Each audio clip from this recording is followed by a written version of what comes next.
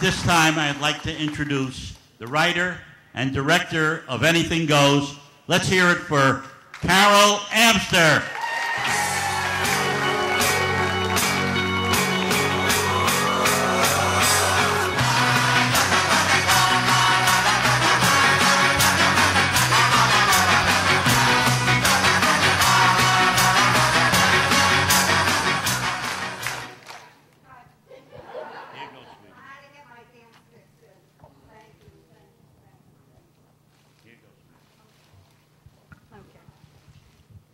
Years ago, past pal President Ann Messenger sat down with me to talk about writing a show.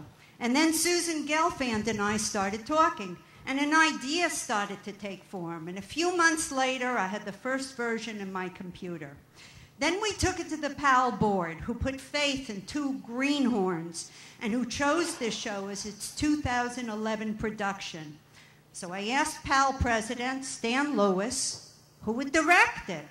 And in typical Stan Lewis style, he said, "Don't worry, you'll find a director." And that meant Susan and me. And with the advice and the guidance of longtime PAL writer-director Dorothy Boker, we were ready, or so we thought.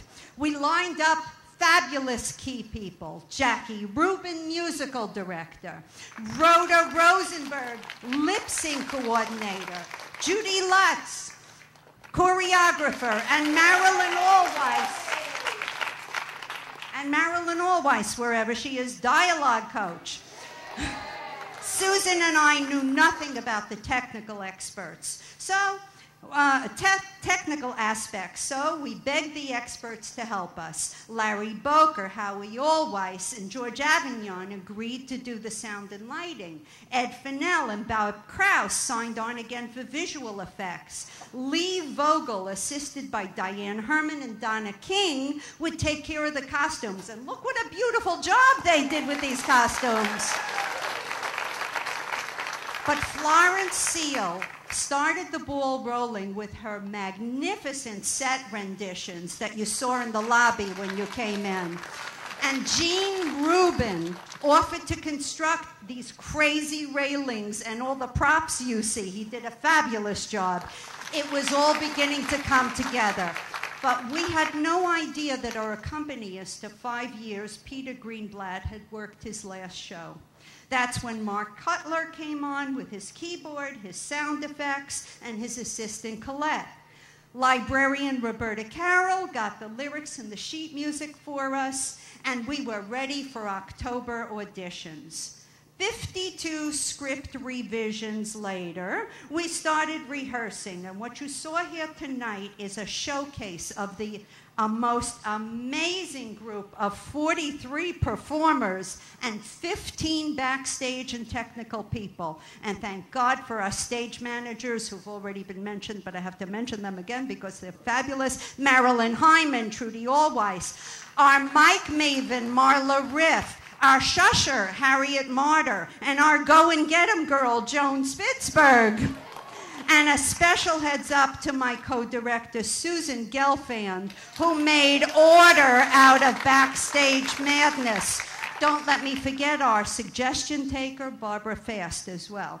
Although we were felled by illness and hospitalization this season, we came back even stronger than ever, and I could tell you that I walked out of every rehearsal, well, almost every rehearsal, smiling. There were a couple, okay. I listened to the singers, the actors, the dancers, and I learned from them. They taught me how to be a director, and I thank every single PAL member for it. Thank you. I thank Susan Gelfand, my incredible co-director, without whose sense of humor, steadfastness, brilliance, and friendship, I wouldn't have had the guts to be up here today. I thank the Grove social director, Nava Weiss, for working our rehearsals into her schedule, and Ethel Cohen and the entire Grove Globe staff for promoting the show all these months. I thank my husband, Bert Freehoff, who put up with my 3 a.m. script revisions, and my daughter, Lindsay Franco, for being my biggest cheerleader. finally, and there is a finally, I thank you, the audience, all of you, for putting faith in our show and for coming back year after year to support an integral part of our community, the Grove Performing Arts League. And just remember, ship